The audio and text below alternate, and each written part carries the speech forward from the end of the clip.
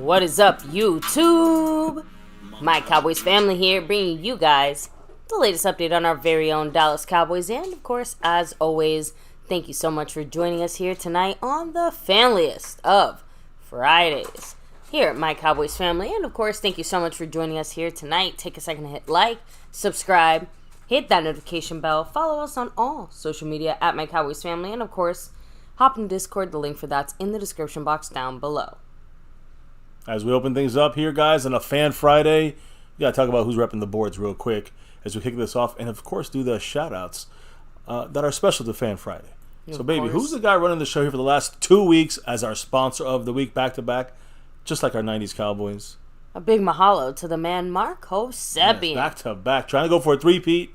And currently he's in first place this week. There's a chance he goes for 3 in a row. We'll see what happens by the next couple of days. And, of course, Monday Night Football capping it off. We'll see who gets that top spot. Also, Mark is leading. Well, not leading. He's got the stream boss right now, 92 points. Almost fully loaded. Much love to him. And then you see right next to him, Snug X. You know why he's here. 9 times. 9 straight weeks for Snug X as our Cash App King. Much love to him, of course. Can't do this stuff on here without your guys' love and support on the nightly. And, hey, we got to talk about the gifting champion. The great skeptical fan, always staying skeptical, who, by the way, pre-stream dropped a gifted membership, and now Snug X is back in the membership in the Navy Blue crew. Much love to you, Snug, and go Cowboys. Yes, he got the gifted membership from Skeptical Fan. So now he's in a tie with Justin D for the top spot. He might, maybe Skeptical might try to get that back-to-back like our good old days 90s Cowboys did. So much love to you guys there. Also, when it comes to the leaderboard on the Cash App, Jason Renfro trying to stop the streak. Jason has a 20-week streak on the Cash App, but right now, Snug X has probably the second highest streak we've ever seen here at 9 in a row. He's trying to go for 10, but Jason Renfro stepping in the way there for a moment. So we'll see what happens. Much love to everybody once again, and much love to the different membership levels here, right? Because talk about gifted memberships, talk about jumping into membership. Yeah. I think Marissa Sparkle might be kicking it off here back in that tonight. So much love to Marissa in the star level. We're going to shout them out in a minute, but first, you got the thanks, you got the super chats, you got the gifting memberships. You got 4 of the ways in the Cash App side where Snug X rules. You can make a run at that crown. How's those ways go? Of course, you have the Cash App money sign My Cowboys Family, the Venmo at My-Cowboys-Family. You have the regular PayPal link, and last but not least, the Streamlabs link lets your comments show up on screen just like a super chat. Much love. And by the way, of course, on Sunday, very special raffle here, monthly Star and Over Everything membership raffle. And as always, guys, once a month, somebody's going to win in the Star and Over Everything level is going to win a sewn and stitched jersey, Cowboys Mosh style, your choice of multiple different players, current ones, old ones, legends, hopeful future legends, and of course, many different styles. In fact, the color rush this week we're going to be wearing on that field against the Chargers is also available for many of the newer players. So again, we'll match something up, find you guys something for the big winner. Last month it was Jason Renfro. We'll see if he can repeat it. Anyone can win it, if you're still in it. And in fact, let's give our Fan Friday shout out here, baby, because Fan Friday, that's not just the Over Everything and the star level membership. It's also the Fan Friday shout outs consist of the silver level too. So, baby, before we even go any farther, let's give the shout-outs to those that represent the Silver Star and Over Everything levels. Shout-out to Mr. A. Lavelle, Lincoln Kane, Jason Renfro, Andy Potched, Dwayne Broussard, Marissa Sparkle, The Lunatic, Skeptical Fan, Mary Alvarez, much love. Yes, much appreciation to you guys. And, hey, Fan Friday style, go Cowboys. Now, baby, as we move on from that, talked about it all. We did the intro and all the shout outs. Let's do the shout outs now for the people in the chat right now. Ready to talk some Cowboy football with us here, late night style. We have Thomas Garrett, the Superior Garrett. What's up? Chris Plumage, much love, saying finally able to make a roll call MCF and FCW. Yeah, much love. Even though it was a short week, it was long. Yeah, I mean it's actually a long week because we lost the Niners a long week because we got to wait an extra day for the Chargers now, right? So Monday Night Football. This one, I wish we had our football game on Thursday so we could have got it over with. You want to get these bad games out as fast as possible. We got to linger it an extra, day, 8 full days instead of 7. Kind of sucks. Let me see. OG Lokes 09. What's up? Justin D.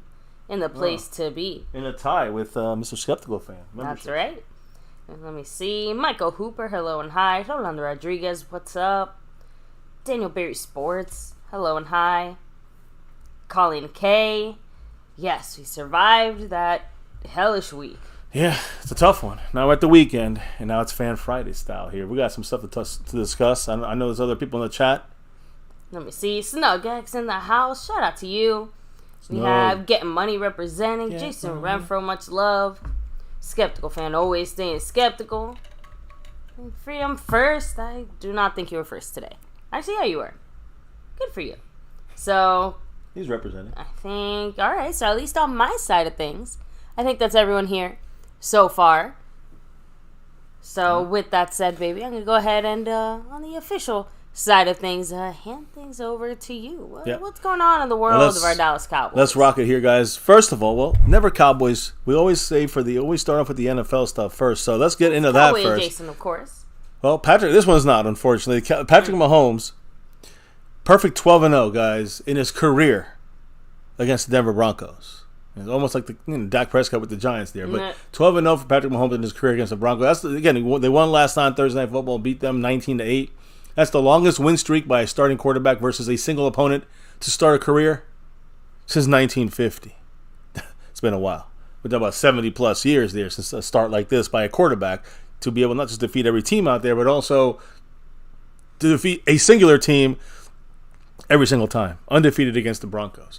The Broncos, by the way, are released. We talked about Frank Clark getting. He played with the Chiefs, went to the Broncos, restructuring his deal yesterday, right? Trying to get a trade. No trade available.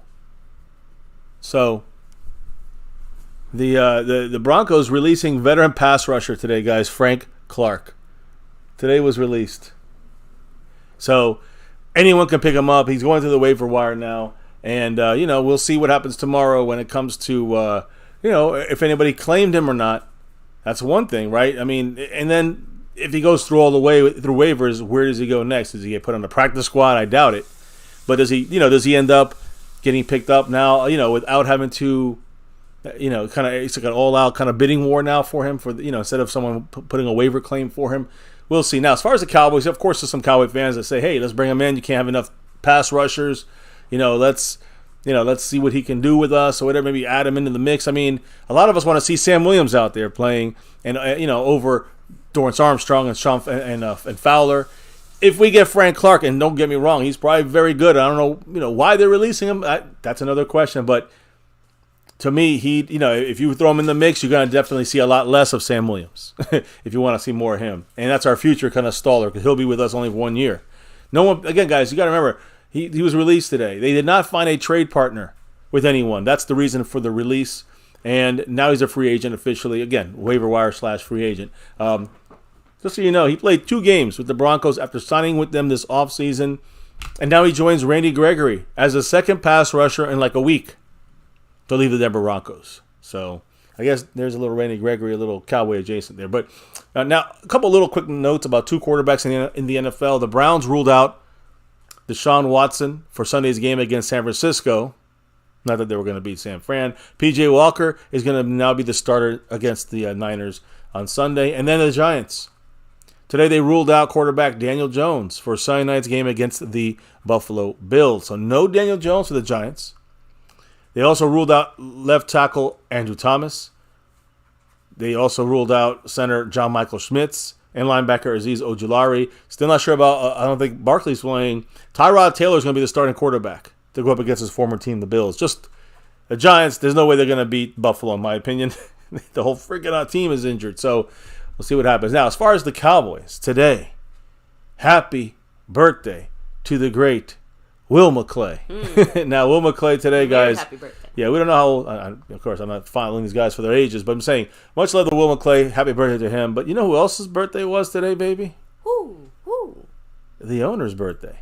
Jerry Jones. Oh. It's interesting. They're both the birthday on the same day there. So happy birthday to Vice President of Player Personnel, Will McClay, and happy birthday to the owner of the Dallas Cowboys, Jerry Jones. We just had sense it's a Friday the 13th for Jerry. Yeah. That's a good one, yeah. Now, Jerry Jones did speak, of course, today on 105.3 The Fan. And this was this morning he did this. And again, he first spoke on that 42-10 loss to the Niners. Quote, I haven't gotten over that yet. I don't know that you get over those. You shouldn't. We learned a lot. We looked at last year's playoff game and used this as our template. Going into last weekend's game, the Niners team as a whole is different. Our talent can also play a lot better. So he's just saying, Niners are really good, but we also played poorly. Jerry Jones saying, quote, what's important here, and again, this is about going after this game. What do we do now, right? What's important here is what Jerry Jones said, is that we have the ability in the next 12 games, if things go right, to absolutely step up with this bunch of players and be a contender this year, not next year, this year. A lot of high talk from Jerry.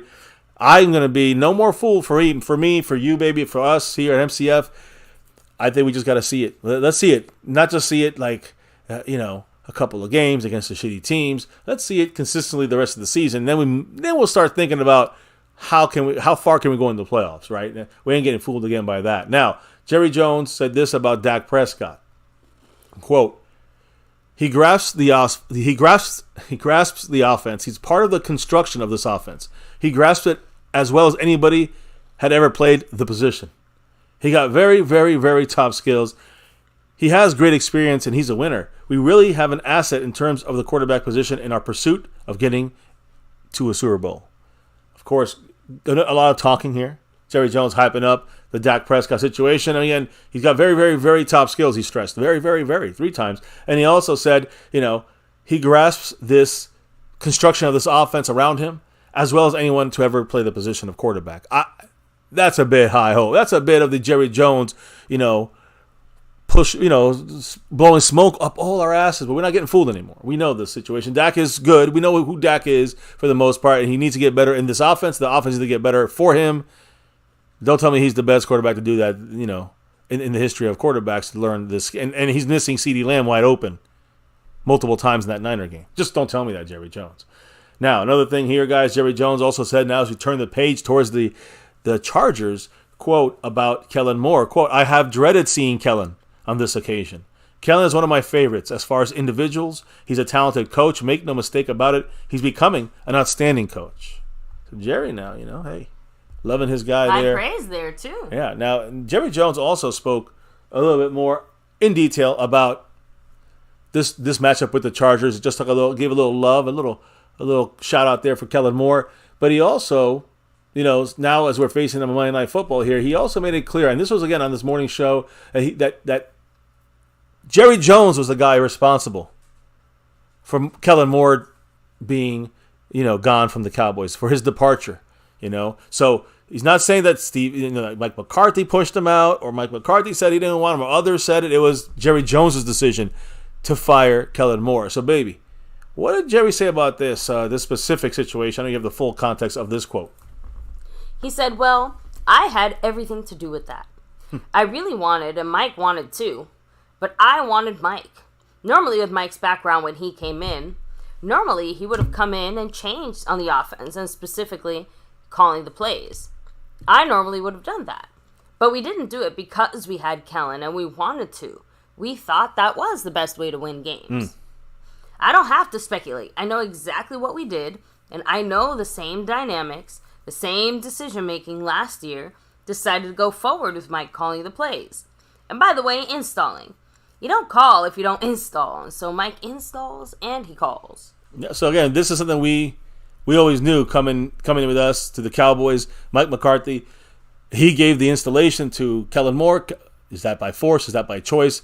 Either way, it didn't work. It wasn't the best way to win. And Jerry Jones says he moved on from Kellen Moore because he wanted a new play caller, a new installer, which means Mike McCarthy is the next man up. Speaking of Mike McCarthy, I don't know if you want to say anything about this stuff, baby.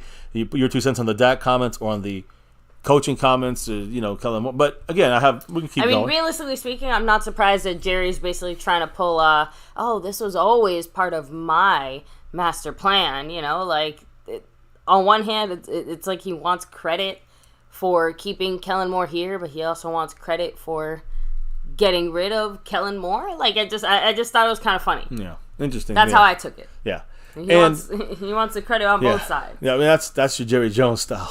You know Jerry does that. Now, what about Mike McCarthy? What did he have to say about all of this? Because he also spoke today at his press conference. And, he was asked, if there's a personal element in this Monday night game going up against former Cowboys offensive coordinator and play caller Kellen Moore, and the fact that people still make comparisons about their offensive performances on each coach. So what did McCarthy say about Kellen Moore? He said, no, not really. There's really no bells and whistles for this one. This is game 6. My focus has always been, and it's really the way I view schedules. I think a lot of NFL scheduling it's not as much who you play, it's when you play them. He obviously has an excellent opportunity that he's doing a very nice job with. And he kind of did mention and point out the fact that the Chargers are coming off of their bye week.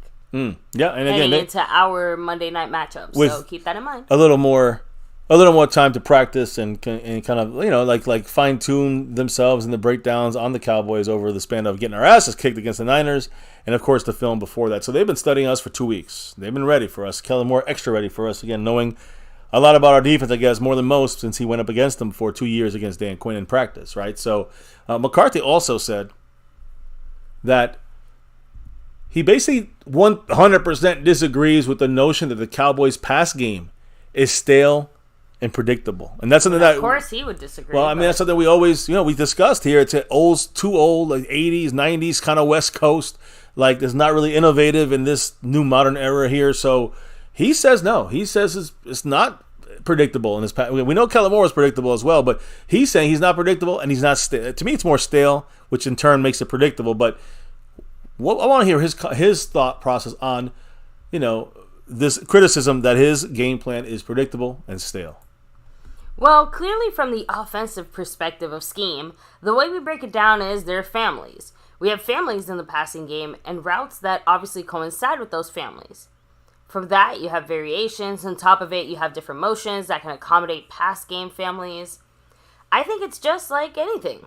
When you don't have production, everything is evaluated with some negativity.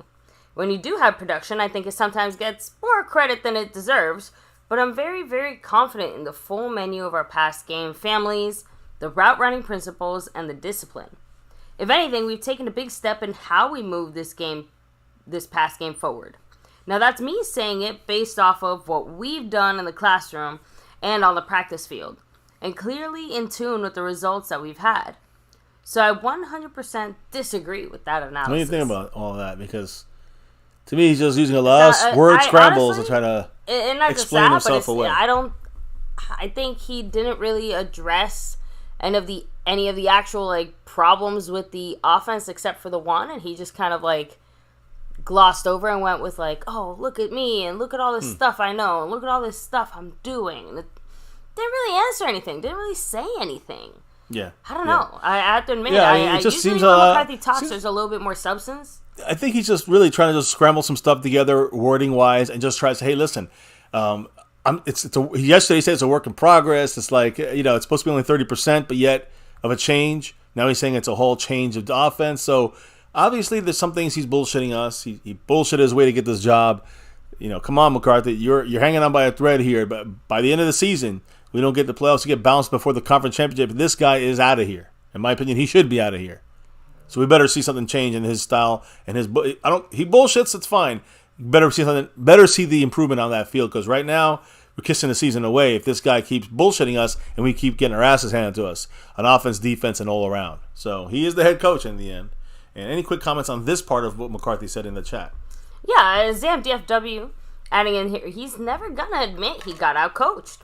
Shanahan is toying with this coaching staff with a different game plan each time we play. Very good point there. I think defensively, they've confused Mike McCarthy, Dak Prescott, the offense. I think when it comes to Shanahan's play calling, he's got Dan Quinn's defense kind of held things down. I say the last couple of years, for the most part, could have done better in the wild card game. Did pretty well, 19 points last year. Still, this time got out-coached Dan Quinn. So, yeah, right now they're winning that battle as well. So, I'm just kind of rolling back here. Let me see. Raul said, other teams know our plays were very predictable. Jerry's on that good stuff. Yep.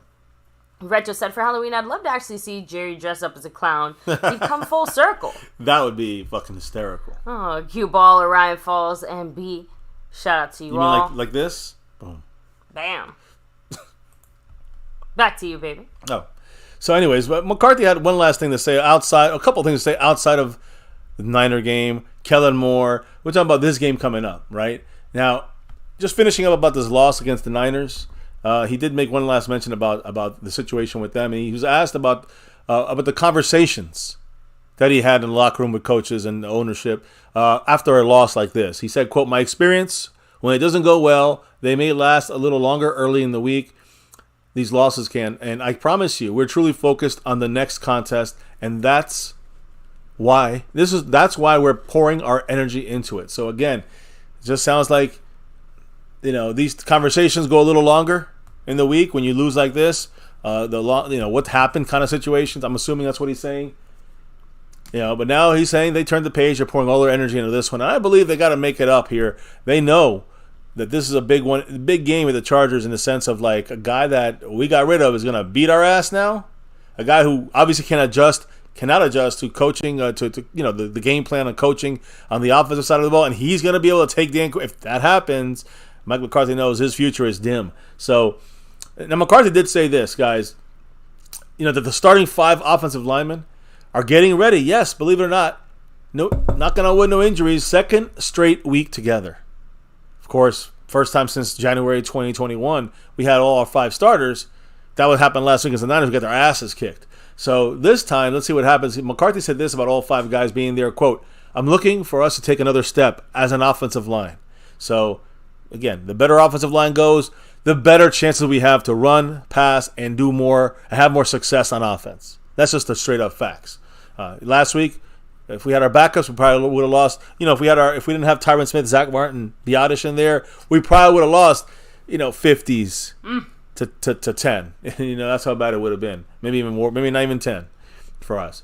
So that was McCarthy's thought. Now, the last thing McCarthy touched on was on a couple of our players right now that are injured, banged up. Specifically, kicking it off with this guy, Kevontae Turpin.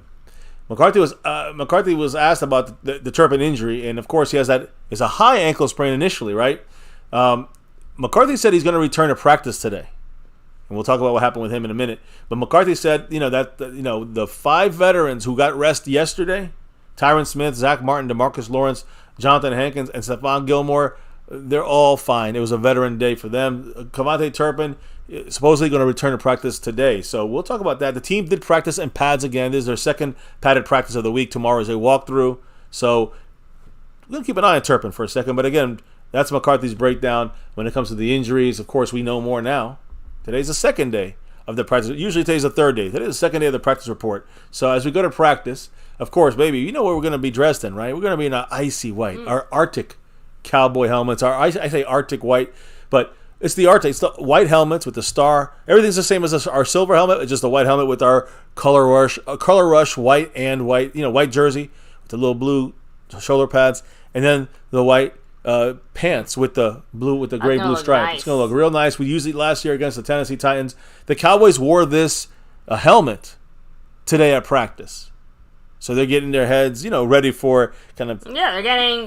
literally, getting their heads ready for this. These are different helmets. They get 2 helmets nowadays. So that's kind of the way practice looked. Kevontae Turpin, he worked with the rehab group and worked with the punt return group a little bit today with the open portion of media. So it looked like he definitely advanced from yesterday, who was listed as, I think, limited. I think he was yesterday.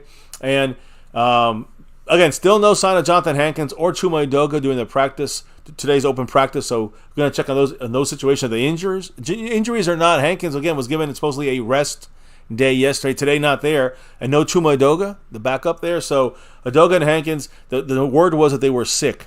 So we'll check into that a little bit more here in a minute. But that's kind of the breakdown there before the injury report came out today, the practice report. Do you have anything to say, baby, in the chat? Yeah, I think we got to ring the bell. Or better stated, somebody did ring the bell. So Cash App representation there. And that Cash App representation, the Cash App new leader is the guy going for 10 in a row. Snug X. Woo! with that Go Cowboys. What else did he say, babe? Always Go Cowboys. Oh, yeah, you know it. Much love to Snug, who now, by the way, is in first place on the Cash App board. And I got to check the numbers here. He dropped that $10 holler.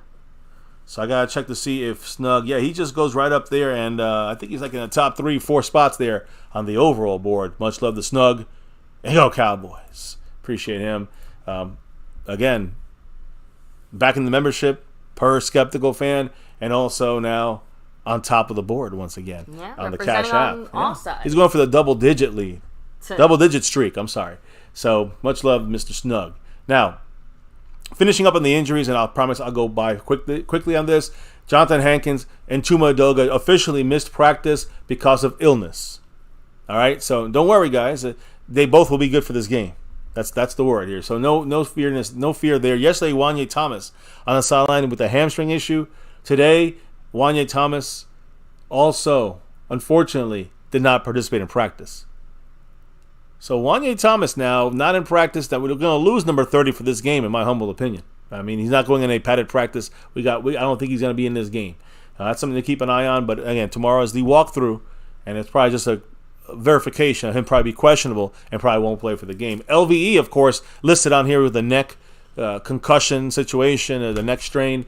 He, of course, did not practice. We know he's going to go on IR for at least 4 to 6 weeks. CJ Goodwin also did not participate today, which we know he's going to be put on IR, right? Yeah. No, not really. We're gonna revisit CJ Goodwin in a minute. Now, what about Tony Pollard? Tony Pollard, guys, had that shoulder issue yesterday. He was upgraded to full practice. So again, for our starters right there, and our running back Tony Pollard, we need a nice, fresh, healthy Tony Pollard. He had a nice, shoulder issue, a rest day yesterday. Today, all in on the full padded practice. That's a great sign with that shoulder injury for Tony Pollard. I agree. Neville Gallimore with the knee.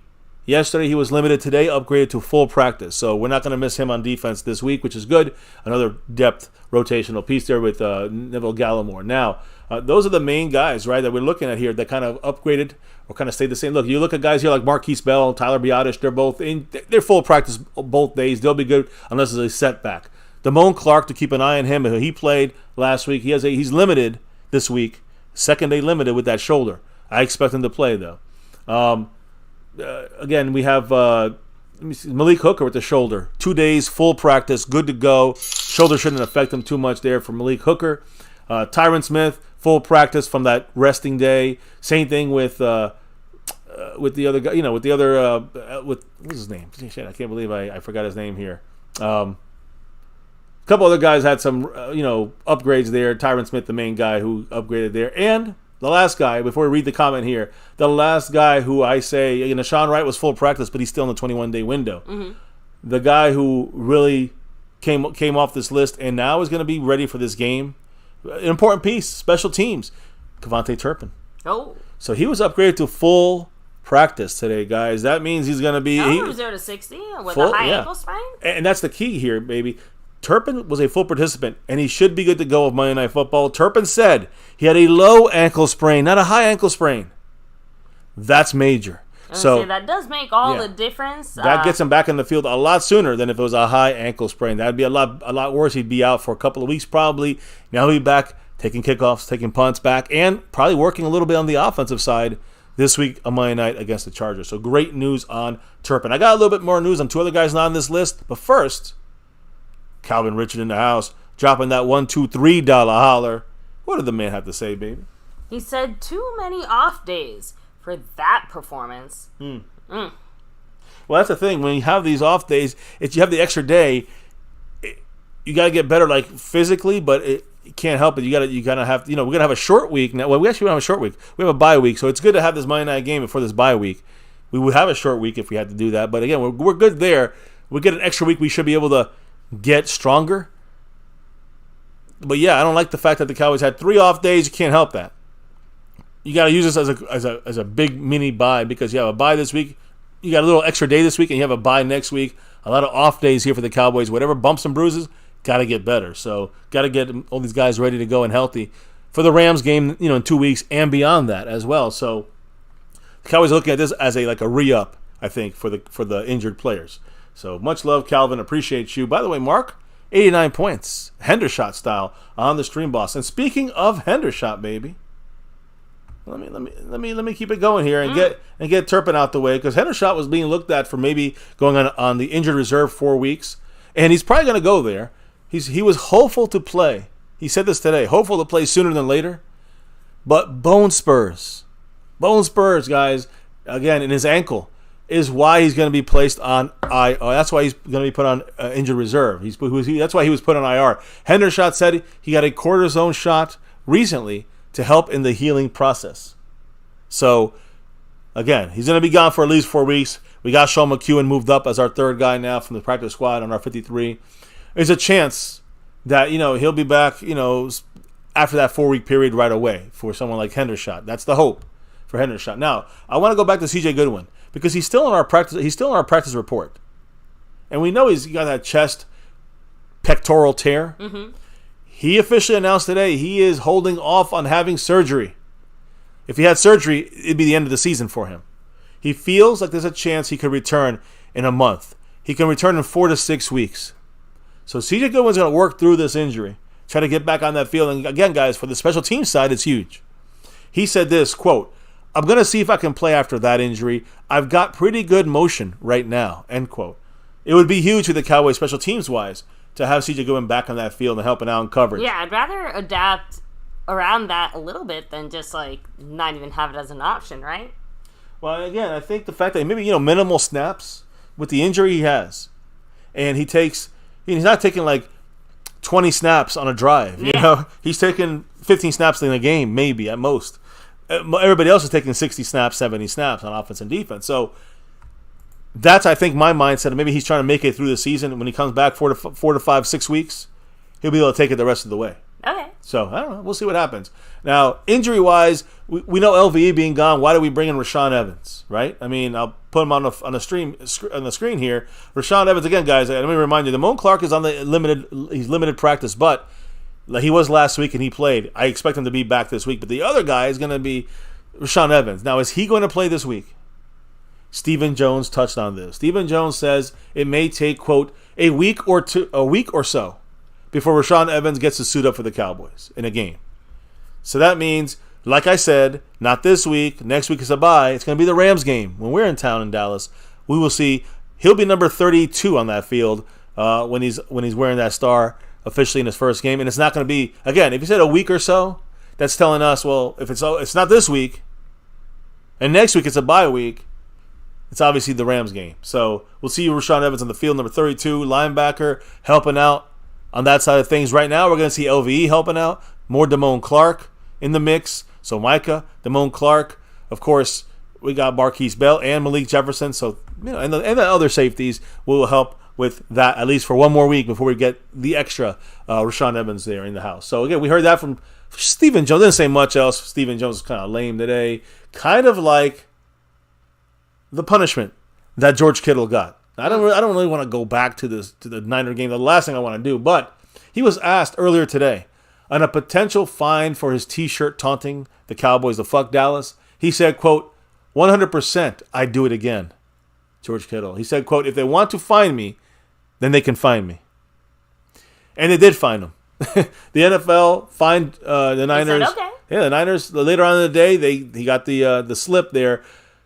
George Kittle was fined $13,659 for the use of, quote, abusive language, which was on his T-shirt, wore under his uniform against the Cowboys Sunday night. So, again, I think it's a fucking lame, stupid fine. I mean, whatever. I guess there's too many people offended, thin-skinned. I don't know. I know it's also the shield of the NFL that plays into this. Yeah, look, the NFL has always been a very uptight and conservative league, you could say. So honestly, there's a reason we call it the no fun league sometimes, and this to me just screams of a big ball of that specifically.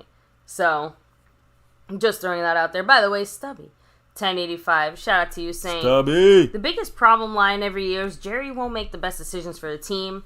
I'm not sure the Cowboys will be a Super Bowl caliber team until Jerry dies. And that, I unfortunately, it feels that's the only chance for us to win a Super Bowl. And by the way, here's the thing that scares me. We heard it from Jerry Jones when he appeared in our show last week or earlier in the week on Tuesday. But who do you think is going to get? Who do you think is going to get the takeover of that? Who do you think is going to take over the team? I mean, Stephen Jones. Is that going to be better?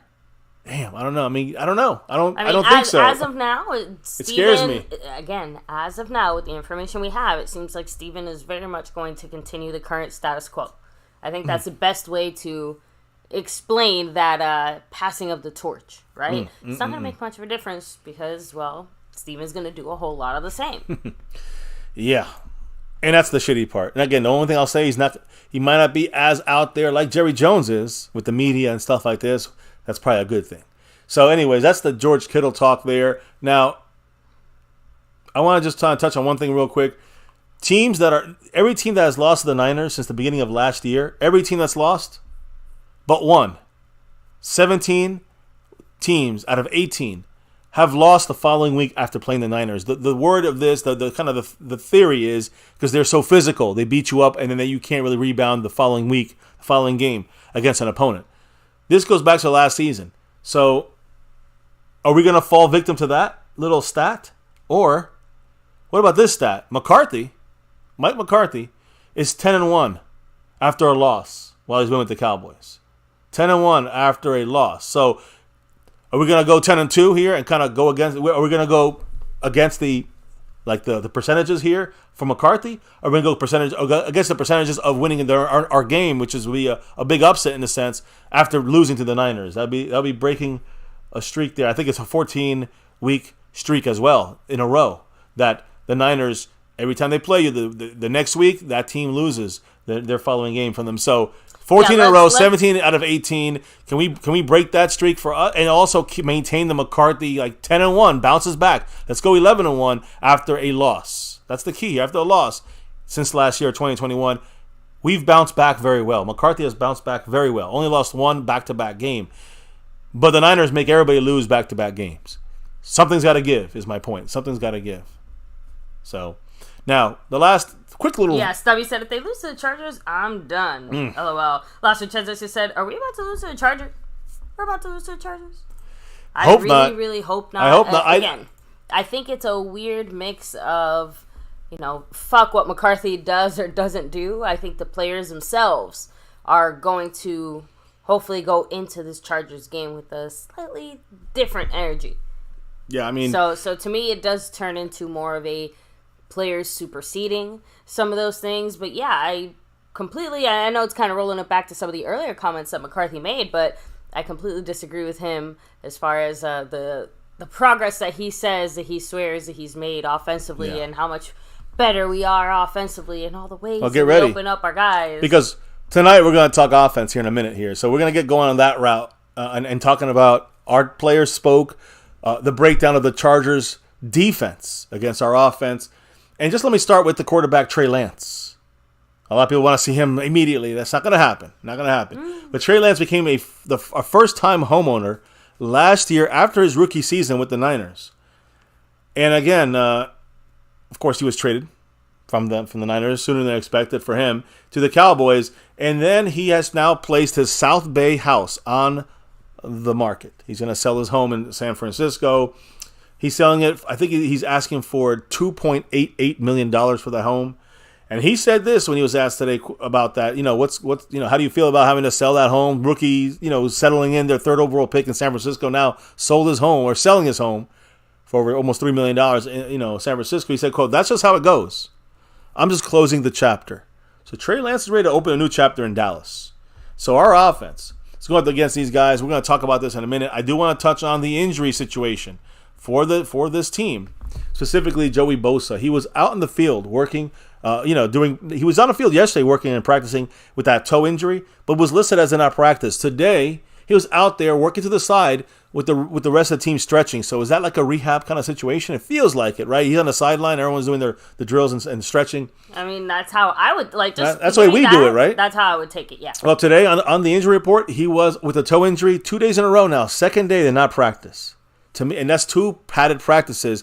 The theory here is if he don't practice tomorrow, he probably ruled out. But I believe what's going to happen, he'll probably be listed as limited. be questionable for the game and probably end up playing. So I'm expecting Joey Bosa to play, and we're going to look at it like that here tonight. With him playing in the game, we'll talk about what happens if he's not playing. With him playing in the game, he didn't play the last 2 weeks, I think. With him playing now, we're gonna kind of give it, I guess, the assumption he's going to be in this game and roll with that. Now, Austin Eckler has missed 3 games with the ankle, full practice 2 days in a row, back to back. So he's going to play. Alomi Gilman, heel issue. He's a safety. He did not practice, so he's not going to. You don't look like he's going to play. Justin Herbert, of course, has that fractured, non-throwing left finger. Full practice both days. The only thing he says he's not doing, under center snaps. In the game, he said he might still run a couple, but it's going to be mostly shotguns for Justin Herbert. Now, Derwin James, hamstring issue. Full practice back-to-back days. He's going to play. Dean Leonard, hamstring, his defensive back.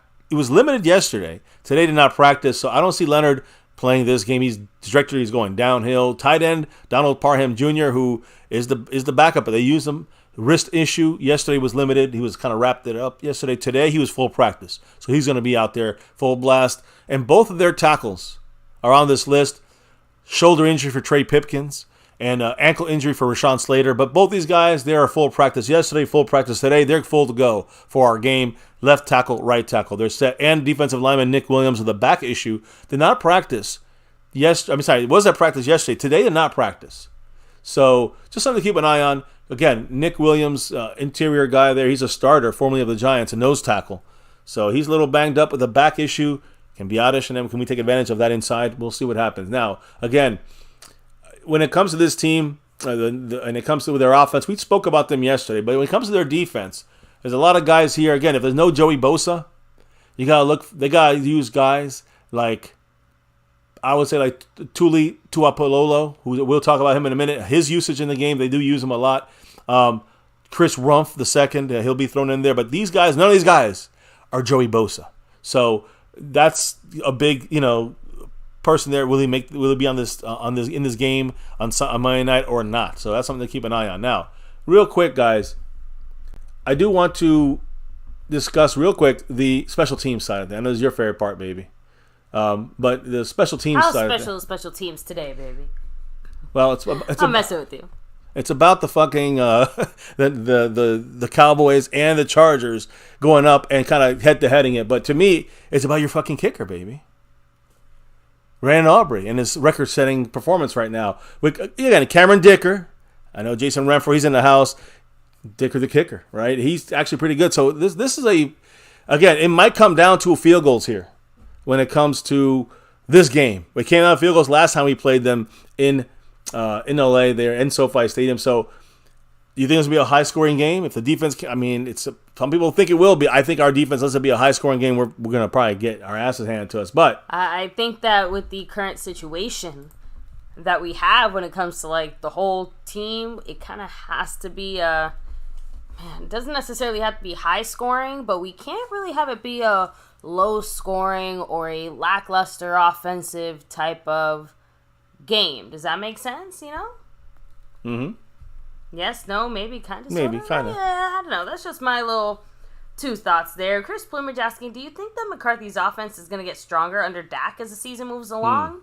Or you think it needs major changes? I'm not sure Dak can hit a receiver 20 yards down the field these days. Well, we have seen Dak do that. I think in this scheme, they're not sending guys 20 yards down the field as much in this scheme. I'm just being honest, Yes.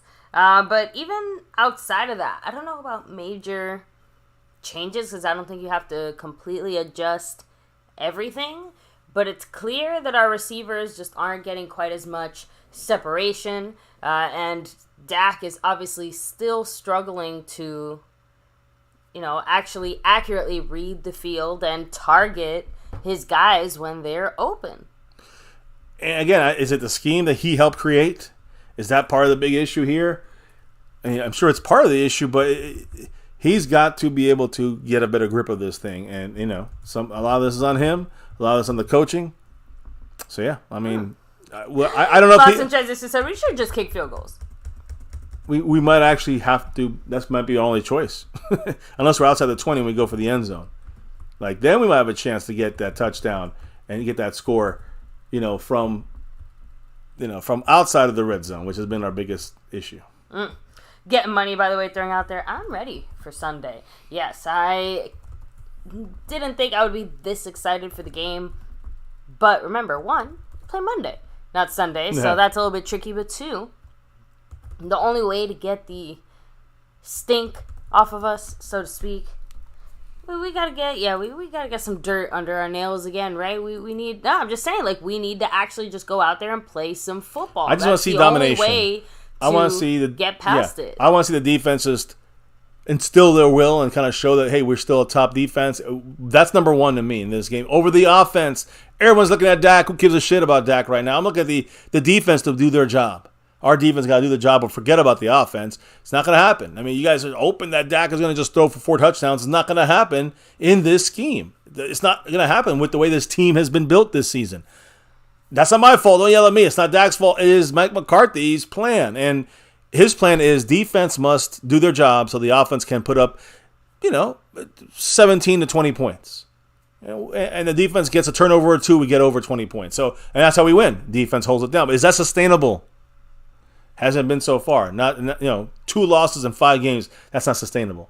Anyways, I do want to give a big shout out here, baby, to Snug X. Woo! You know why he's here, and he's also currently jumping over Calvin Richard in 2nd place on the overall board. So much love to Snug. I think once Marissa's hits, her star level hits, she will be jumping in 2nd place, I think. But we'll see what happens. That could be tomorrow. We'll see what happens. The Snug X, much love. He's currently still in the lead on the Cash App board, and he's currently 2nd on the overall board.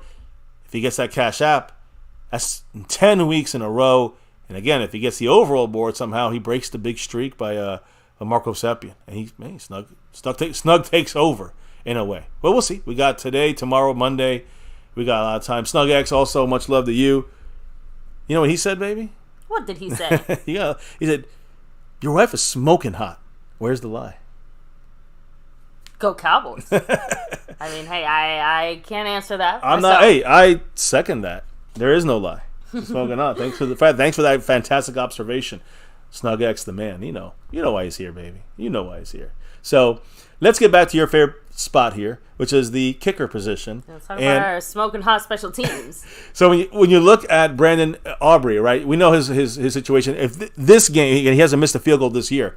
If this game gets close, it might come down to the kickers, right? So he's going to have to hit his field goals. For the Cowboys, I'm knocking on wood here because it's not even 5 games. 5 games right now is all we got under our belt. But right now it seems the Cowboys have maybe found a kicker for the near future here.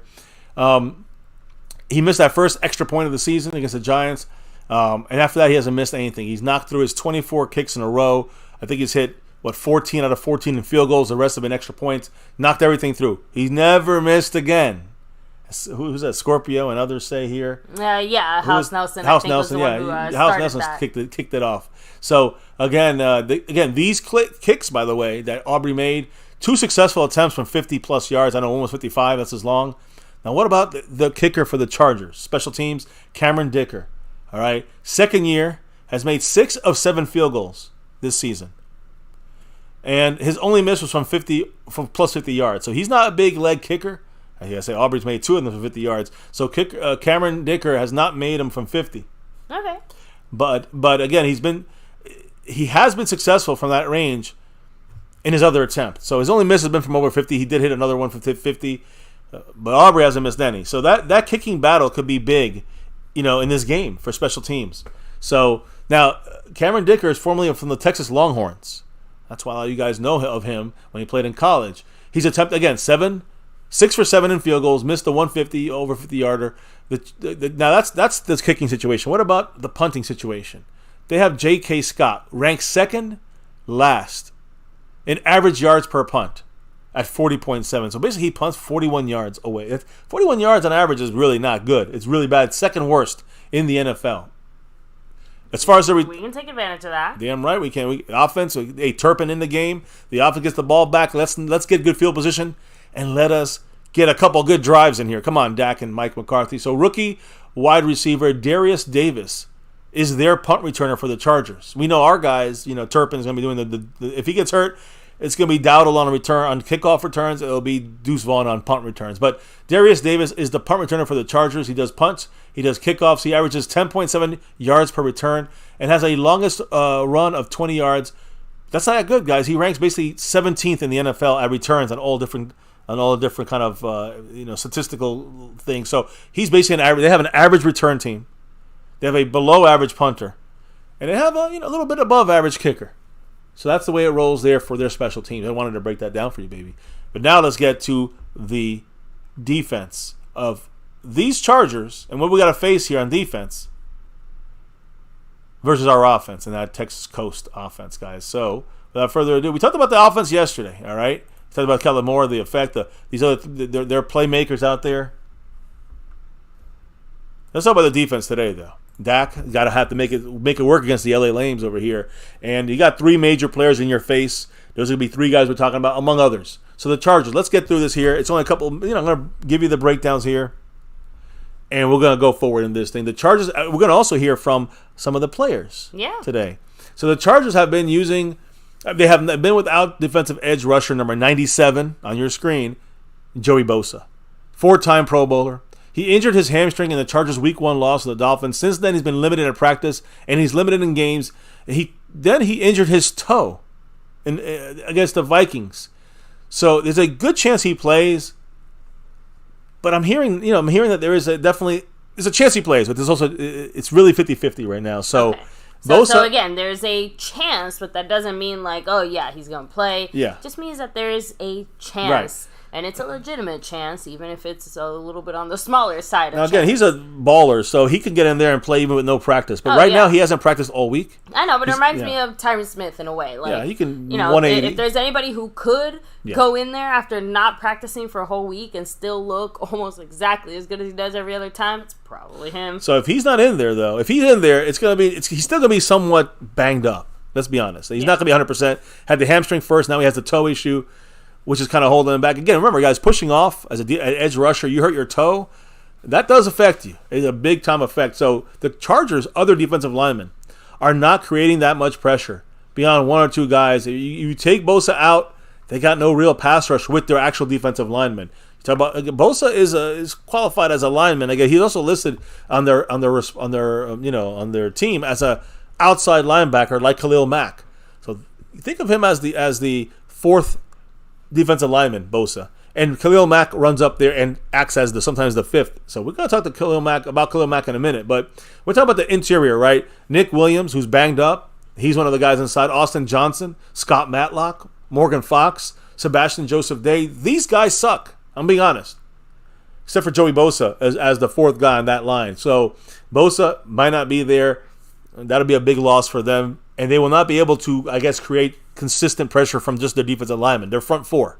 So, and they have a 3-4 defense, but they can go a 4-down lineman with Bosa and the 5th down lineman with Khalil Mack, which is number 52, by the way, if you were wondering. Formerly of the Bears. I mean, a baller, a guy who is a scary player.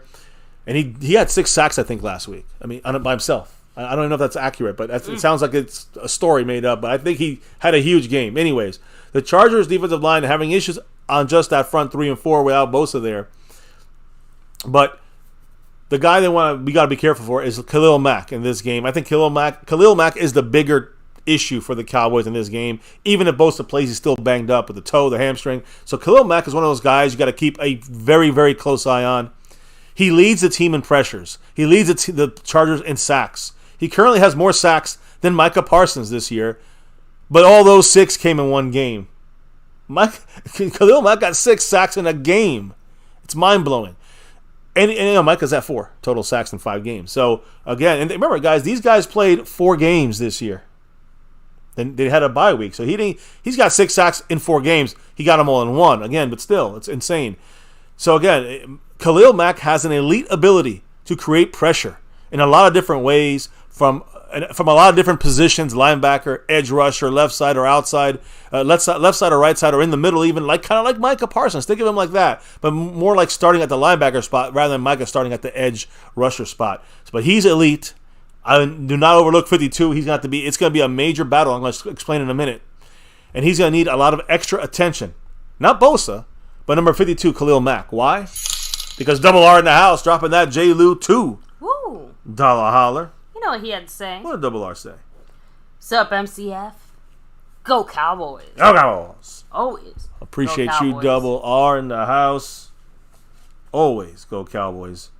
Now and forever. No matter what. Even when it's bad, hey, that's when the true fans stay. So we'll see what happens. Hey, we're hoping they can rebound this. Because if they beat the Chargers, I'm not going to be happy necessarily. Like, I'll be happy we won. I'm not going to be happy that, we're going to win the Super Bowl, guy. No. Yeah. Calm it down. But you know what, man? We got to get on track. And yes, Double R, we're back, at least going the right direction. That's the key coming into this game and coming out of it into a bye. That's what you want. So just wanted to say, baby, that when we go back to, by the way, Marco Seppian now is that Jake Ferguson. We have tight ends over here. Jake Ferguson style. 87 points in the stream, boss. Much love, Double R. Everybody else in the house. Can't I do this without your guys' love and support? Y'all Cowboys. Now, Khalil Mack, I want to stay with him for a second. Why do I say this? Because Khalil Mack is going to go up against Terrence Steele. What do you remember about Terrence Steele this year so far? I mean, he's been having kind of a rough season so far, Now, right? he handled Joey Bosa when he played him 2 years ago. He actually did a great job. That was at the beginning of the Terrence Steele kind of like flourishing. That he kind of, what does he do? Yeah, now, this actually started a good streak for him. That was for Bosa. Now Bosa might not even be playing this game, and now he's going to be against Khalil Mack. Possibly a lot in this game. So last week, who did Terrence Steele go up against? Bosa's brother, Nick Bosa, against the Niners, right?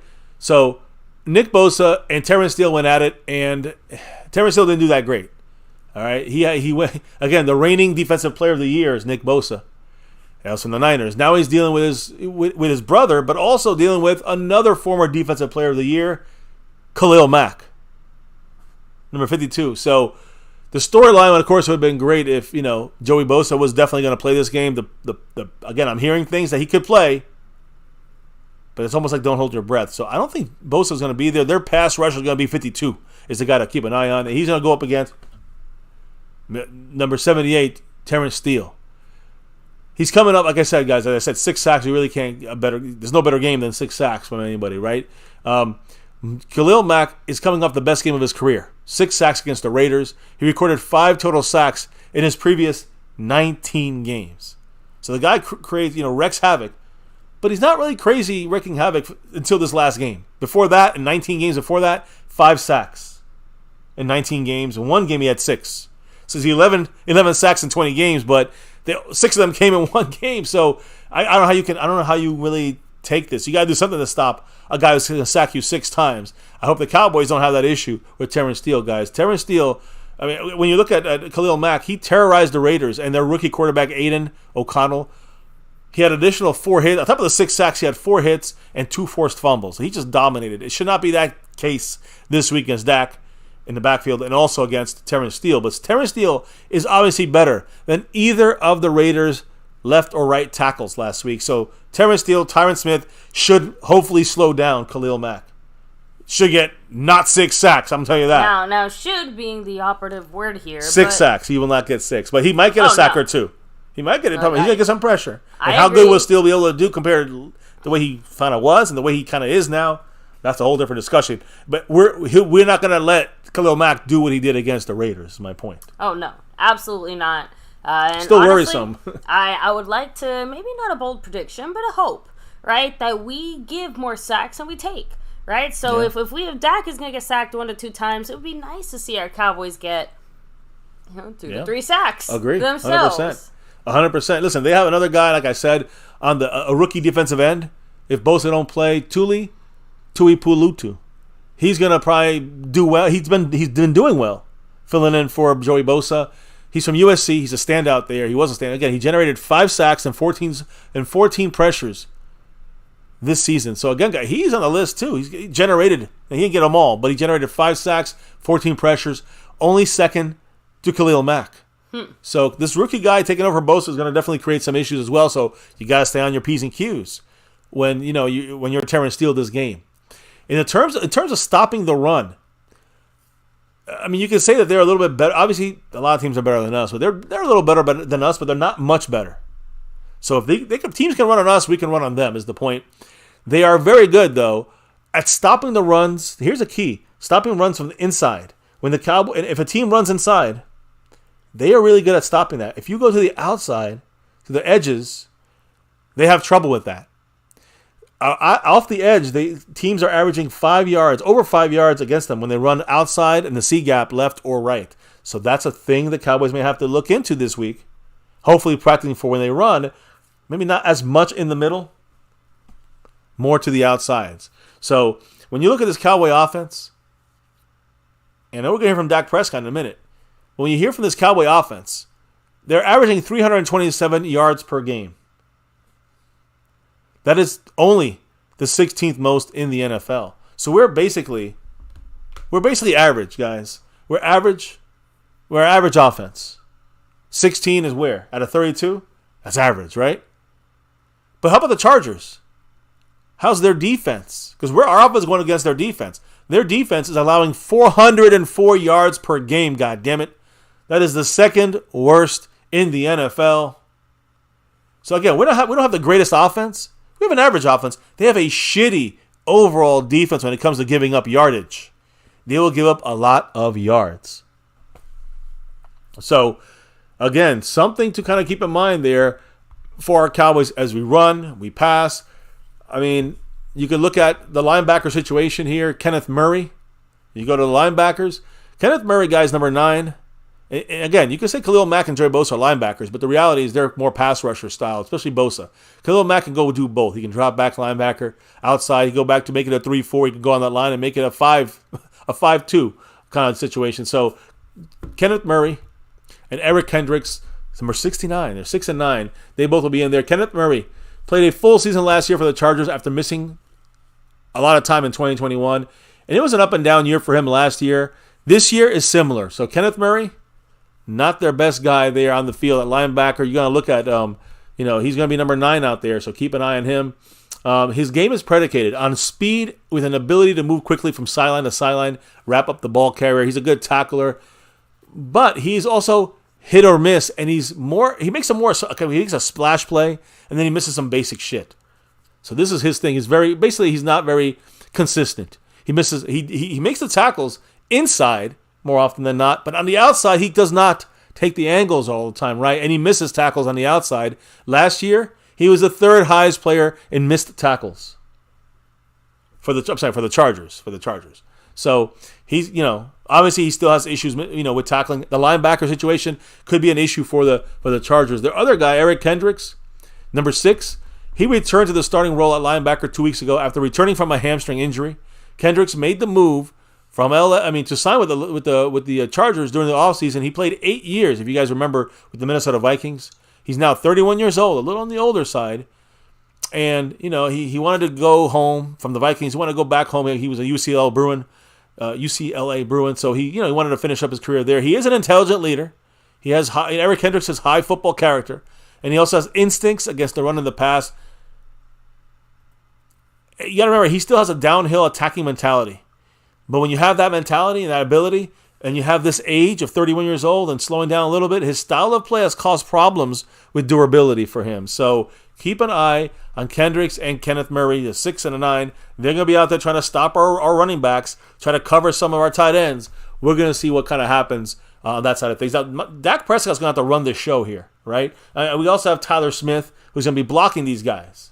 So I know they spoke, baby. Hit me up with Tyler Smith. We'll start off with him because Tyler Smith had a comment or two. And he just kind of brought up, getting past this other game and getting into this game, you got to refocus it, right? So we'll go to Tyler Smith first. Again, he'll be ready for these Chargers as he's going to be playing the left guard spot. And he's going to be going up against, guys like Nick Williams if he's not injured. He got injured today. Christopher Hinton, another nose tackle in the middle there. He's going to be helping with Biadasz on that side. He's got Sebastian Joseph Day and Austin Johnson. These are the guys he's going to be dealing with. So I think we're going to have big wins from Tyler Smith in this game. What did Tyler have to say? He said, the sense of urgency is there. We know that we didn't play to our best level last week, and we know what the standard is. I feel like that standard has been reinforced in practice from this pre-snap operation to the post-snap operation, the covering and finishing after the play. Even in meetings, we're taking a more active approach. I feel like the preparation has just been upping itself. I love to hear it. Again, I one guy in this team that did great, even had a couple bad plays against the Niners. This guy is our best offensive player right now, I think. I think he is. Tyler Smith is a man out there. So he also threw in there, I don't think we should forget something like that, as in, the loss. We definitely got to flush it and move on, but keep that feeling with you. Just know that if you don't operate at the standard that you know you can, you'll lose bad. Hey, we understand this. I hope McCarthy and the rest of the crew there understands that. I know Tyler Smith understands it, so that's a good sign there. Tyler Smith breaking it down, that side of things, blocking these guys, getting ready for these guys. What about Dak dealing with this defense of the Chargers? Because I know Dak spoke, right? If I'm not mistaken. Dak did speak quite a bit, actually. Well, let's hear from Dak. He's going to have to run it from this defense, Bosa there or not. I'm going to be honest. Every day it's kind of sounding like Bosa with this other missed day of practice. It just sounds like he's not going to be able to play this game, but I don't. It's kind of like you said, Tyron Smith. You just never know. So we're going to keep an eye on him. If he's not playing, a lot of things become not a lot of things, but things become a little easier. Let's put it that way for the Cowboy offensive line and for Dak Prescott. So Dak said, "You can't be shaken by the loss. You can't change your preparation. You can't change anything you've done because that happened. Bad night and bad timing for some turnovers. We just couldn't do anything on offense. At the end of the day, it goes into the third downs." This is the Niner game, right? Yep. And remember, third downs was a major failure for us. And third downs that were really manageable and things that we've done. Been the best at in this league, and we weren't able to do that. Credit to them, that's why the score looks like that. That's why the game looks like it does. They had a hell of a plan. They challenged us. We didn't respond the right way, and that's why it got ugly. Not going to just say, oh, that was all on us. That was a hell of a team we played, and we're going to give them credit. But not going to allow that to shake our confidence in who we are. As I said after the game, maybe at this point, in week 5, they're further along than us. But there's a lot of football left, and we've got to make sure that we're continuing to get better. And that's been the attitude this week coming in. Practicing the preparation, and we're going to continue to do that. Oh, yeah. Dak is saying, like this is the thing I don't understand about this team, though. Like, we had Micah saying it's making it personal now because of that T-shirt from Kittle. And Dak saying, they came prepared. They challenged us. What the fuck do you think was going to happen, guys? You think they're going to play tiddlywinks with us? They go in there and challenge us. Why don't we challenge them?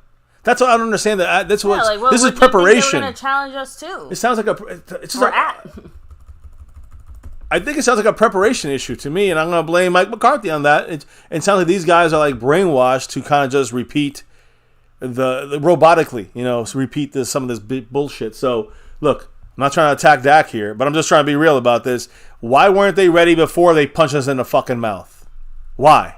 That's what kind of football is this? What are you going to shake hands afterwards and exchange fucking jerseys, Micah? Dak, what are you going to do? Mike McCarthy, Dak, are you waiting for them to kind of let you get going? The fuck? I mean, they should have been ready weeks before this. They weren't ready, and they're saying they weren't ready at all because the Niners punched them in the mouth, and they didn't do it, and they weren't able to respond. What were you expecting?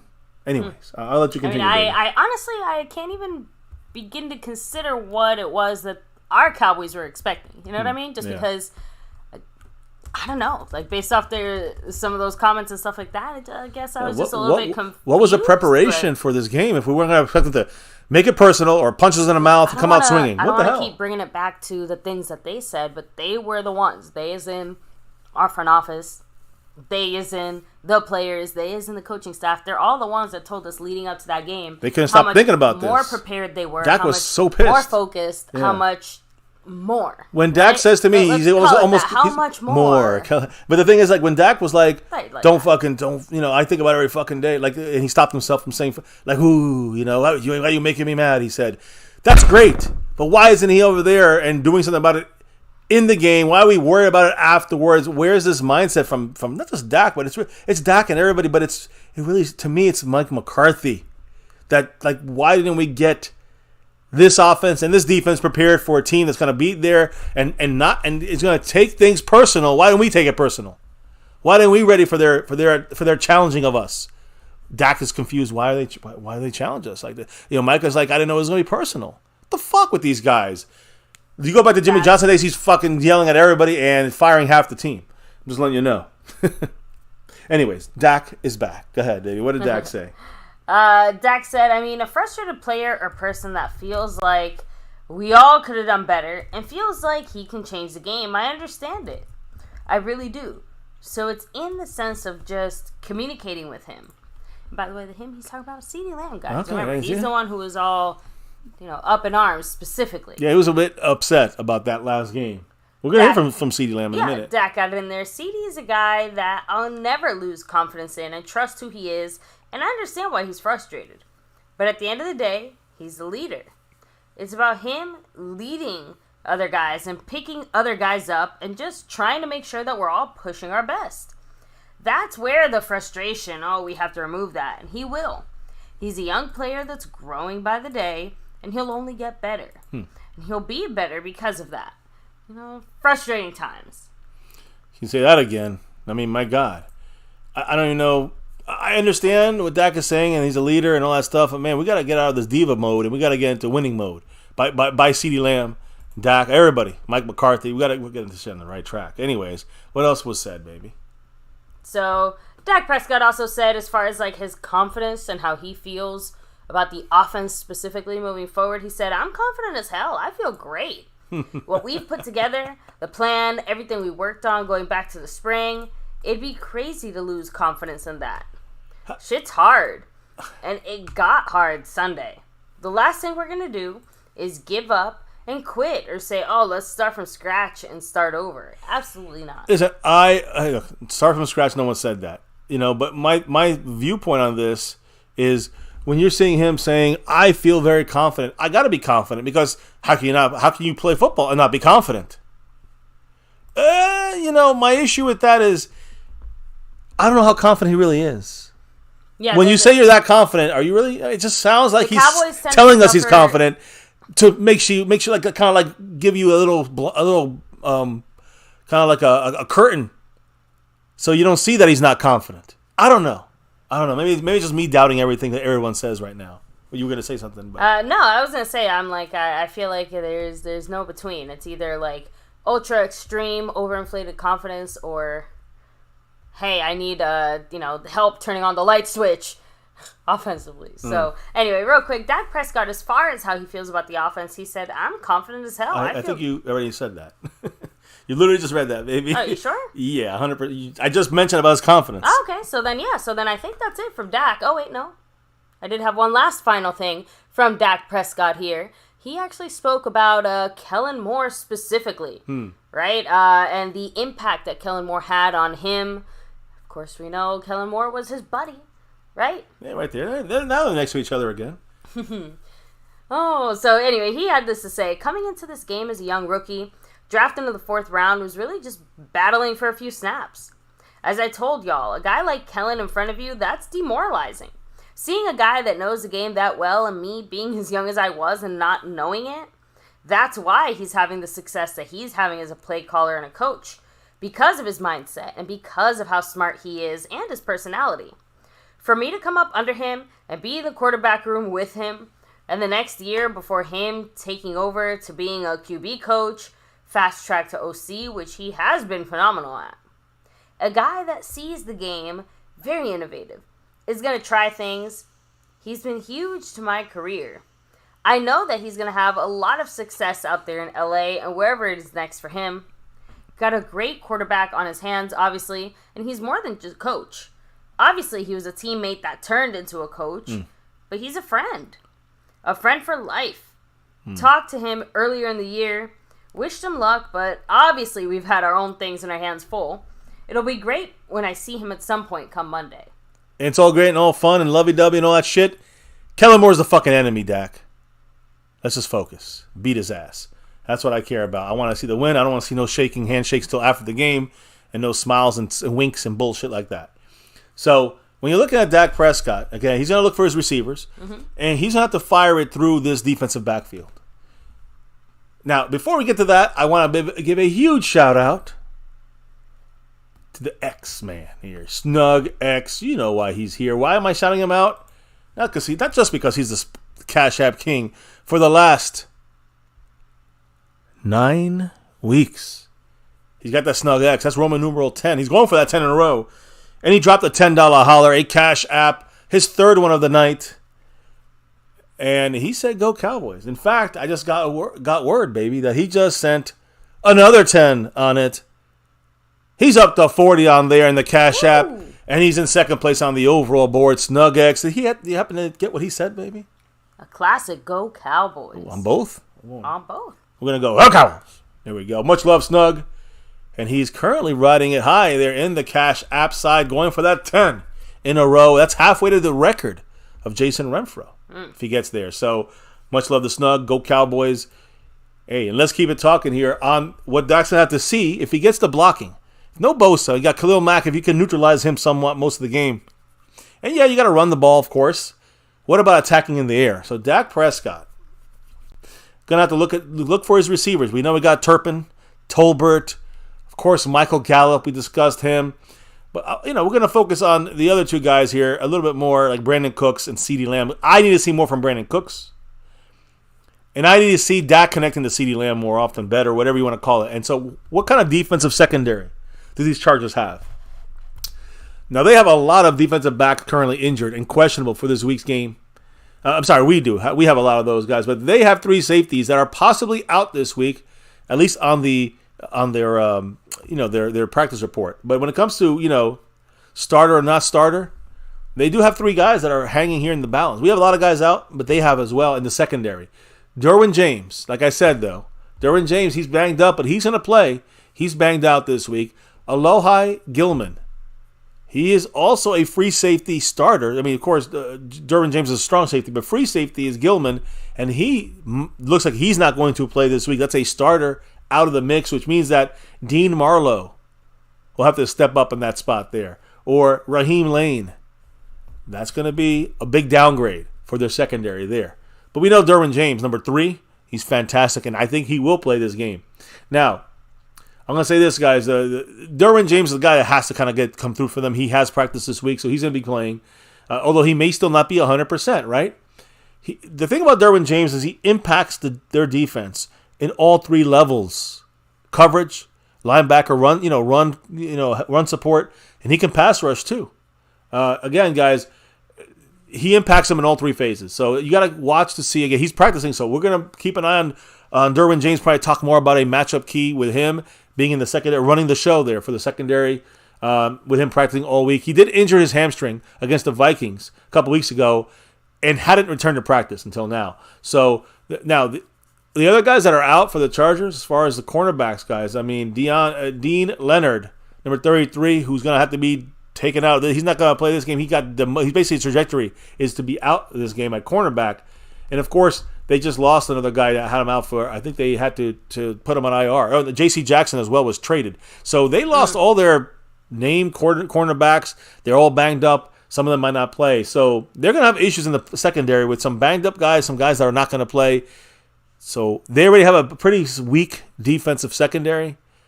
Dak, again, if we keep doing 3-yard hitches and outs and slants, I mean, we're just playing into their hands, and they will stop us. But if we get a little more expanded offense, you could definitely do some damage in their secondary. Now, who's outside of Derwin James at safety? Who's the other big name in their secondary? To me, it's Asante Samuel Jr. All right, and a guy I wanted to draft over Kelvin Joseph a couple years ago. Asante Samuel Jr. is number 26. He plays the right cornerback spot, and he's their best defensive coverage guy. He leads the Chargers in interceptions this year. He's also second in pass breakups. He has one of the lowest completion rates against him allowed. 72%. So, again, he's going to knock that ball down most of the time. The deal here, though, is that there's a lot of missing pieces. You can say on our side, too, on defense. We talked about it yesterday. But on their offense, on their defense, they have a lot of missing pieces in their defensive backfield. And that's going to be a key, of course, in this game going forward. We got to be able to get, if there's no Bosa and we can get time to throw, we have to have plays that go longer than 3 yards. McCarthy, that's on you. I can't put that on Dak. So with this, and again, with them having a lot of injuries in the secondary, and they're dead last in the NFL in passing yards allowed, we have to be able to, no matter what, be able to get points from the offense against this subpar banged up, hurt defense. I'm not trying to lowball them. I'm saying this is what we should do against a team like this. Now, the matchup I want to keep an eye on is going to involve this guy, CeeDee Lamb. CeeDee Lamb versus this Chargers secondary. Dak Prescott, the CeeDee Lamb connection has started like nice, and then it died off the last couple of weeks. It hasn't really formulated yet. So again, this week against the Chargers is the opportunity to get these two guys to get some big games. We gotta send CeeDee Lamb not on just 4-yard curls. All right, we gotta send him down the field and do some damage. We got to. If we don't, it's on McCarthy. It's not on Dak.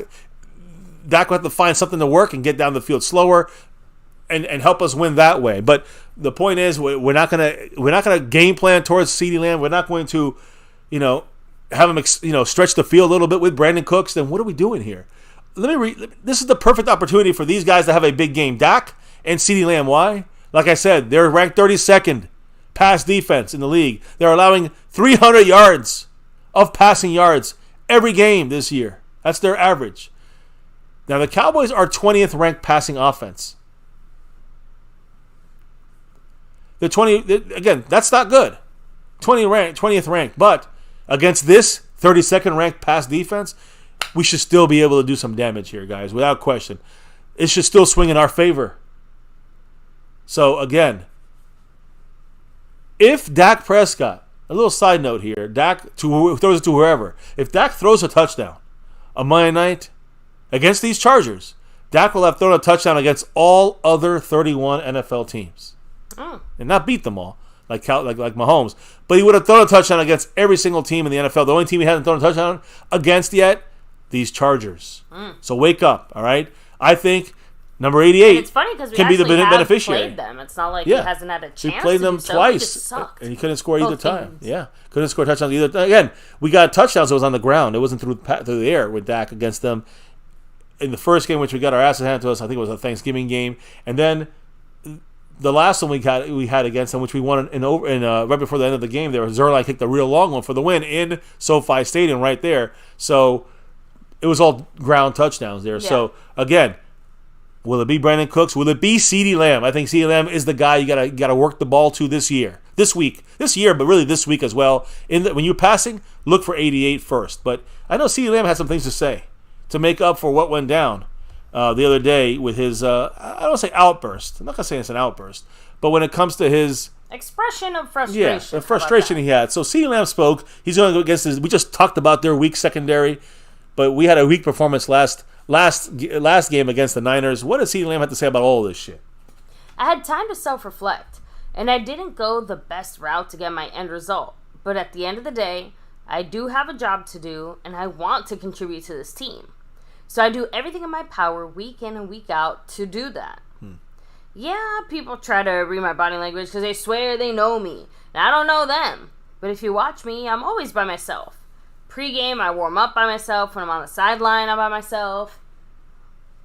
So, I wanted to deliberately kind of pause there so you knew what was CD, you knew what was me. But yeah, honestly, he's not necessarily wrong. Like, he's obviously part of the team and stuff like that.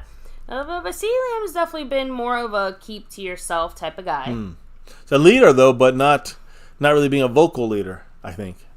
So he added in there, it gives me time to think. Every time I'm on the field, I don't have time to think.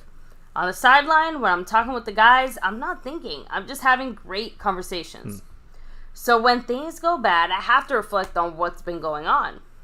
I have to see what's going on, and as a competitor, I like to win first and foremost. I don't care how that looks. I am an ultimate competitor. I do everything in my power for my team, for my guys, and they know this. It's nothing that's ever personal. It's all for the better. I want to win. I want to contribute, point blank, period.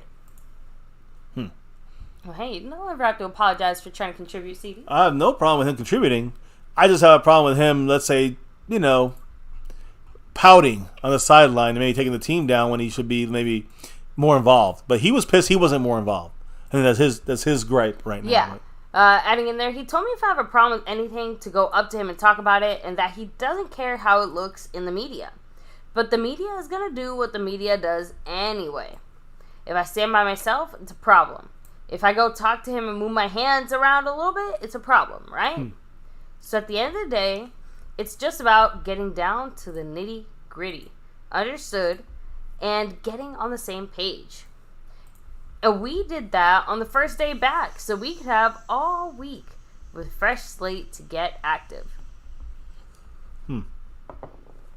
Oh, no, sorry. I thought you were going to add something there. I mean, I don't really have much to add to that. He's saying a pretty straightforward statement. He's saying what he's got to say. He's got to get on the same page. Got to get on the same page with Dak.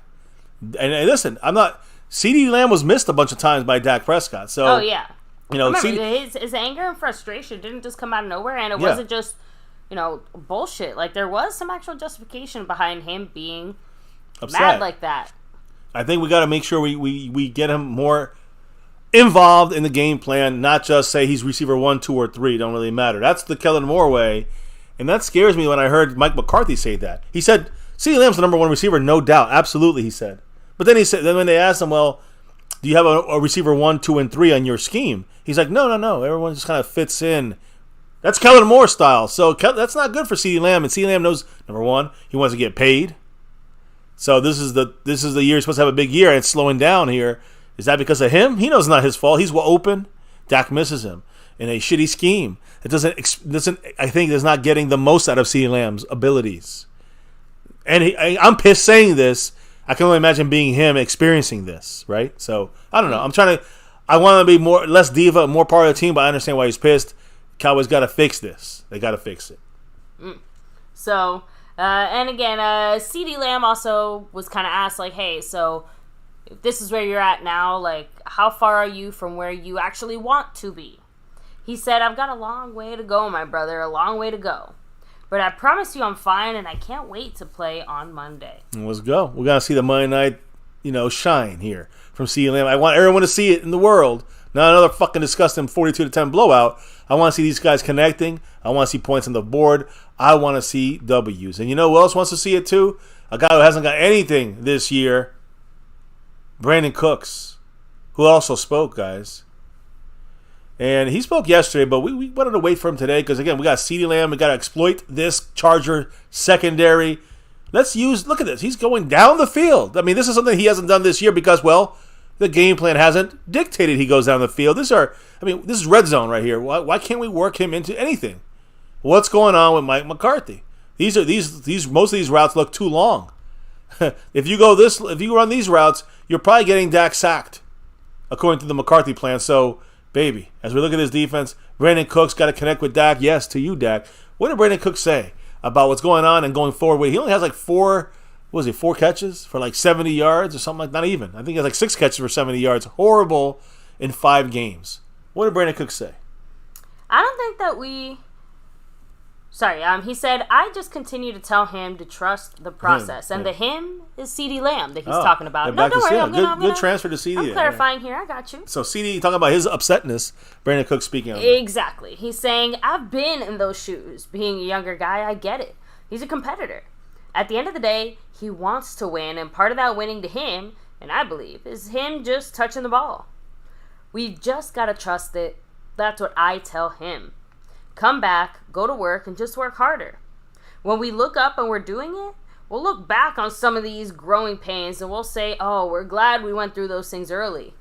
It's a long season and we'll hit our stride. I truly believe that. I hope so, Brandon. I hope so. Brandon is even less in control of things than like CeeDee Lamb, you know what I'm saying, or Dak Prescott.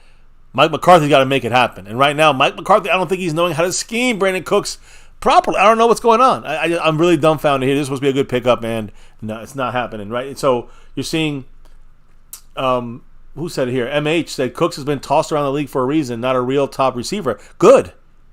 He's not supposed to be a top receiver in the sense of like you're number 1 or number 2. He's our number 3. He should be a stellar. He's the number 2, 3 guy right now. He should be not the number 1.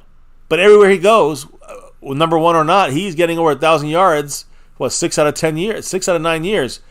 He needs to work a lot harder, and we need to work him in this offensive scheme a lot harder to get anywhere close to that this season because it ain't happening right now. So what else did Brandon Cooks say? So Brandon Cooks also added in there, it's a long season and we'll hit our stride. I truly do believe that. So adding in there that losing the way that we did, it was disappointing. We know what type of football team we are. We know how talented we are. We know how good we can be. It's just about showing up and being consistent with that. We've got so many playmakers on this offense. The thought process is when you have that many playmakers, you can get the ball to them. But right now as receivers, I take it personal. We've got to be better. I'm trusting the process, and that's what I'm going to do. At the end of the day, just come in, work harder, and be better. So when those opportunities do come, I'll be ready. Seems like Brandon Cooks is a little frustrated, but he's keeping it like a veteran. And, again, why aren't they... You have all these playmakers. Why aren't we able to get the ball to any of these fucking guys' hands? And that's... It could be some on Dak. Dak misses CeeDee Lamb, but it seems to be it's more of a criticism of McCarthy's scheme. And even though he's not saying it's on McCarthy or he's not even being negative about it, he just said we got to get better, and it will come. We don't have much time anymore, Brandon Cooks. We're at week 5. It would have been a little figured out better in training camp somehow, right? But we didn't play our starters. We didn't try anything out there in preseason. So now we're figuring things out here. It's week 6 now. Anyways, go ahead, baby. What else did Cook say? He said we really just got to execute. Every player has to be better. I guess you could call it natural growing pains, whatever you want to call it. We're 5-6 weeks in. We just have to go back to work, do things we said we were going to do, get on the same page, timing, and then get open. All right. That's what McCarthy's been saying, so I'm not too confident yet. But I don't know. Brandon Cook seems to, to have faith in trusting the process, a phrase we hated from the Garrett years. And speaking of trusting the process, he added in there, I'm definitely trusting the process. What I do every single day, regardless good or bad, I'm coming in here and going to work. I'm trusting the process, and that's what I'm always going to do. Work harder. Be ready. Be better. We hit adversity now, but it's a long season. We're going to hit our stride, and I truly believe that. Again, that's that hitting that long season comment there. All these guys are using. Listen, they can't do anything else but say this. I understand, but we have our doubts here in Cowboy family side of things about getting this thing on track, whether it's the players, whether it's Dak, the receivers, the routes. In the end, all that is really the foundational issue in that, and all these guys' names I just mentioned. And yes, they have to execute better. Dak has to execute better. I see CeeDee Lamb not Dak misses CeeDee Lamb, but CeeDee Lamb did not run some of his routes all the way out. So this is on all these guys. That's the execution part. But even if it was executed right, there's still some fundamental issues with the scheme and the way he's using these players, not getting the ball to the playmakers, not even close to as often as we should with all these playmakers we have, as Brandon Cooks made the mention of. So, yeah, I mean, Brandon Cooks speaking the truth there, but yes, as coded as possible, right? And some of the final comments Brandon Cooks had to say, he actually spoke about Dak Prescott specifically. Adding in there, he goes back to work. Win or lose, he's going to get back to work and work his tail off. That's what you expect from your quarterback. And that's what he's been doing. His demand for us goes up, and I love it because at the end of the day, he takes a lot of heat. But really, we all can help him in some sort of way. More work, more film together, letting us speak on how he cases timing and us adjusting as pass catchers. At the end of the day, what he wants is what he wants. And we've got to make it work as receivers. So you're seeing a little bit more of that. Well, there you go. Putting it together on that field. They're trying to support Dak as well, help him out. It's a lot of help that's needed here for Dak. I don't like this. Everyone's got to, do the extra work now. I think it has to be McCarthy picking up his bootstraps. I think everything else will work. I think everybody else will naturally work. Everything will work better when McCarthy fixes a little more of the foundation of the scheme. Whatever it takes, whatever it means, you got to ask McCarthy. You got to hope we see it in the field against these Chargers, not just 1 week, but like every fucking week. See this offense get better because right now it ain't flying. And again, the defense got to do their thing. They got to stop the run. There's going to be a passing offense. So, they may run with Eckler a little more, but they're going to throw a lot to him as well. They're going to, Moore's going to game plan it. So that's one part of the things. But when it comes to our side and getting going on stopping the run for sure is a major thing. When we stop the run, the offense has to put up more points and got to do better in the red zone. That's on everybody here: receivers, tight ends, offensive linemen, running backs, Dak Prescott, and Mike McCarthy. So, and receivers, of course, as well. I haven't mentioned them. But is that all he had spoke about, baby? Brandon Cooks, yep, that's all he had to say. All right, so we broke it down here. I do want to hit up the chat for a couple comments, before the shout-outs. Mm-hmm. So let's do that first here, talking about this situation right now with this Chargers matchup. Let me see here. And by the way, huge shout-out to everybody here chilling, hanging with us. MH said, offense is average. I hope our defense isn't giving up effort because of the offense's ability. Again, I think that's a good kind of mindset there. I do worry about that sometimes. I don't think they're going to do it on purpose, but I think the defense gets broken sometimes when the offense can't do better. And their average, we're 16th. This Chargers defense is not that good, statistically wise, and passing is is the worst. So we're an average offense, but we should be able to move the ball. We should be able to move the ball in this team. But I also got to say this, MH, the defense has to stop the run. If we don't stop the run, the foundation cracks. And once the foundation cracks, you're going to have the offense cracking, and then the special teams crack. You know what I'm saying? It's going to be a kind of a bad snowball effect, domino effect situation there. Now, House Nelson 90 in there, surprise, surprise. McCarthy's not the answer. Glad he could waste 4 years of my life, and let's just hope that's all that he gets to waste. Hey, House, I hear you, man. He gets frustrated. He is currently, I thought he'd be more modern. I'm going to be honest. I think we all thought that. He's been 1987 fucking, Bill Walsh, West Coast offense, and it's not innovative. And, that's not innovative. You got to throw in you got to work your guys, your stars in here. And I don't see him doing that. So, and Justin D, take it easy. Have a great night. Let me see. Beast Mode said, don't fade Cooper Rush. Team is about to quit on Dak if they haven't. My man said F it and started throwing picks. I don't think he said F it and started throwing picks either, but... No. But, again, Cooper Rush ain't going to see the light of day unless Dak gets hurt. Trey Lance is, only thing I could say is maybe Trey Lance one day gets to be the backup. Can he pass Cooper Rush first? He's not there yet. I hear people saying throw him in there. Stupid. You don't throw him in there, you still got a chance to make a run at things, and Dak is the best quarterback on our team. Doesn't mean he's going to be there forever, so it's something to keep in mind. But again, the offense, you'll see Dak play a lot better, and you'll see maybe just red zone issues because of McCarthy. You'll see that work out. You know what happens? You know how that works out? If the defense just holds the offenses down in the first quarter.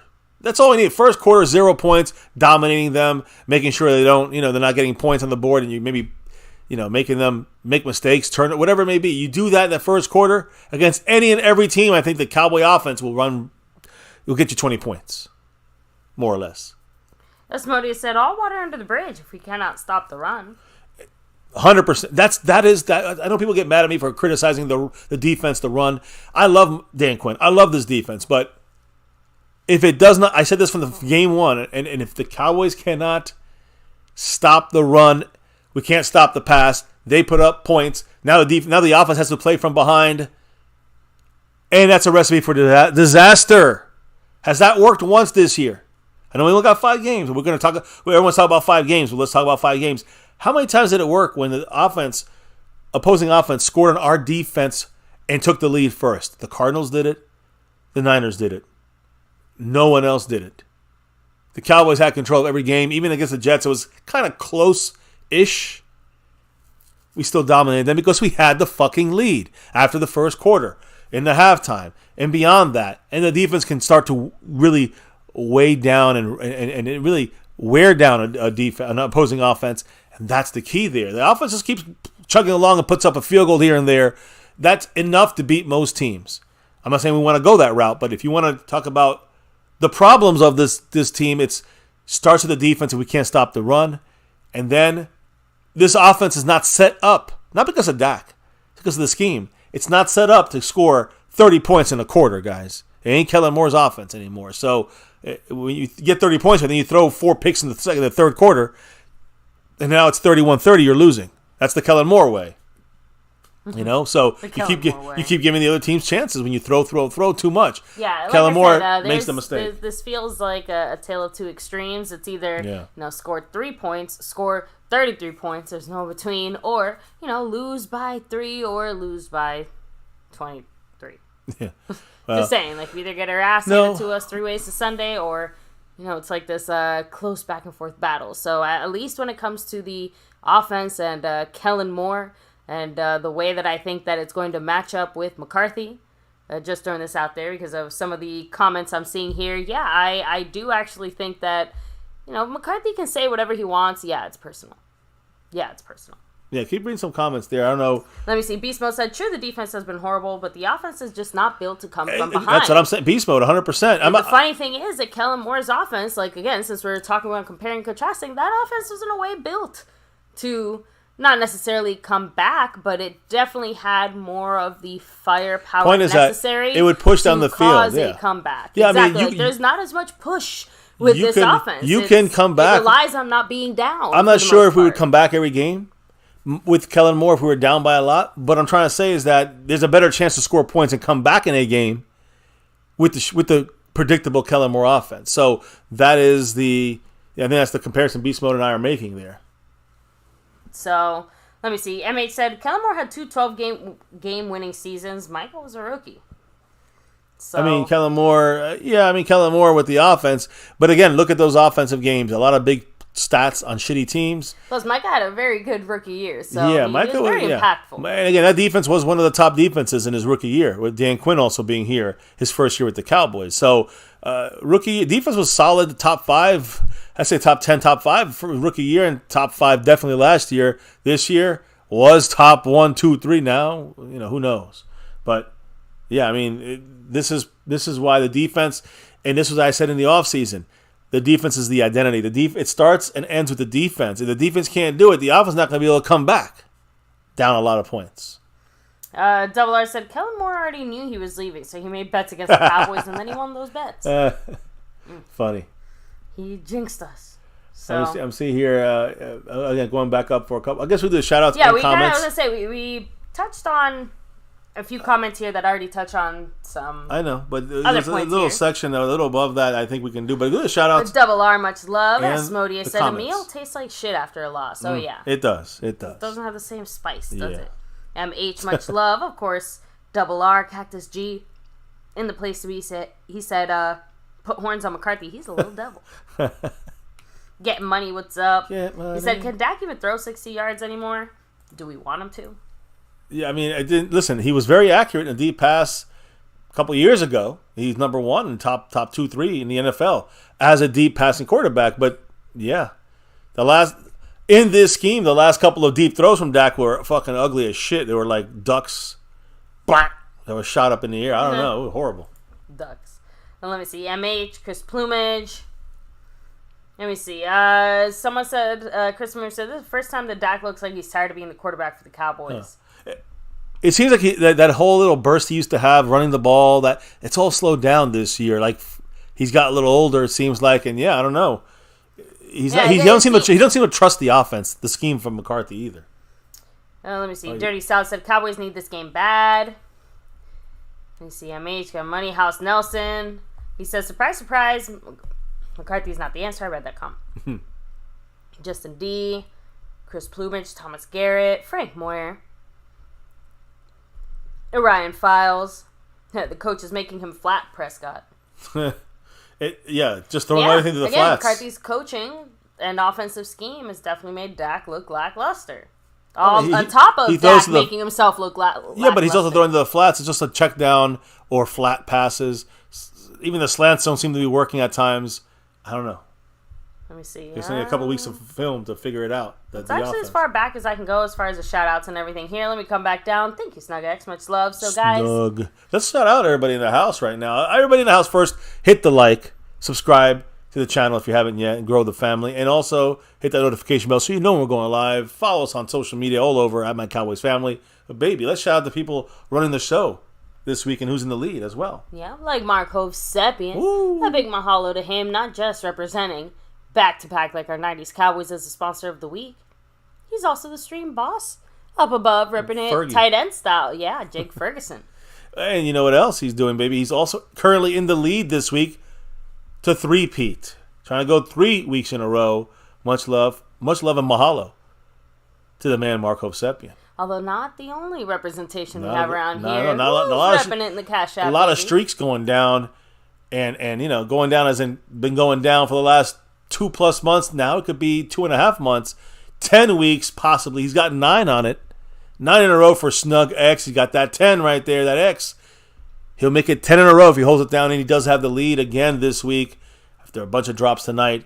He's second on the overall boards. Of course, Mark is in first, but Snug's in first on the Cash App side. Much love to him. You look at the other places you guys can show off on these boards, the gifting membership side of things. Right now we have Skeptical Fan, who is the champion last week. Mm-hmm. Much love to the man staying skeptical. I didn't get to read his initial comment that he had here. Ooh, let me try to get to that. I think I can get to it here in a minute. Right. Let me see if I can get to it.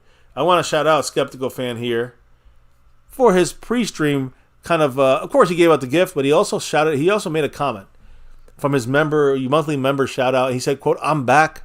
The Cowboys have had me too uninspired to listen to anything Cowboys related until now, that is. The Cowboys must get their shit together ASAP."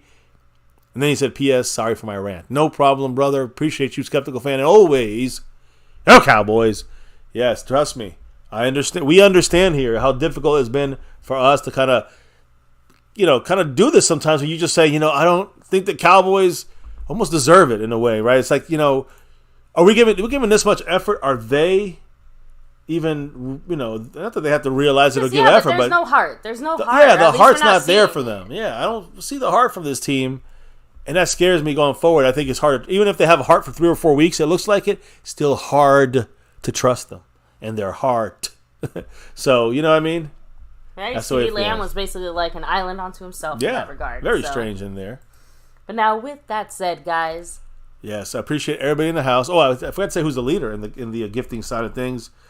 Skeptical Fans trying to go back to back. He's in a tie with Justin D. There it is. In the place to be. We'll see who takes that crown. Of course, you got Saturday, Sunday, and of course, Monday Night Football. That's when we wrap up this week.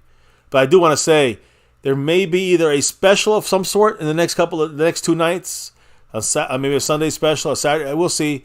It'll be a little more relaxed, I think. And then we may have a night off instead of that. So that might be a situation as well. We'll see, guys. We're going to try to enjoy the weekend, catch up on some family stuff. And, of course, we will have at least one more before the game, guys. One more stream before the game, because that's going to be the true matchups, the keys to victory against these Chargers. And I think we went through a lot of details yesterday, comparing offense and defense, and today comparing the other offense and defense. So I think we kind of have a good idea what's going down. So it'll be interesting discussions here from the next couple of nights, and stay tuned here, My Cowboys Family. You know what it's always about, that star over everything. But baby, I want you to tell me why we do this here on My Cowboys Family each and every night. It's that navy blue, that silver too, and that star over everything. Win, lose, or draw, good, bad, or ugly. You can see right here. We got 5, but we got always rep that star over everything, baby. Here on this channel on YouTube, 6 years and beyond. Never forget the number one thing here, now and forever. As always, go Cowboys. Let's get that 6 and beyond. I want to see one shirt. I want to get my shirt getting got 6, want 7. That's what I want. That's what I want to get. That's what my dream one day. Guys, thank you for dropping your knowledge in the chat literally all night long. Thank you guys on that side of things. Also, big shout out to everybody who dropped the love from above.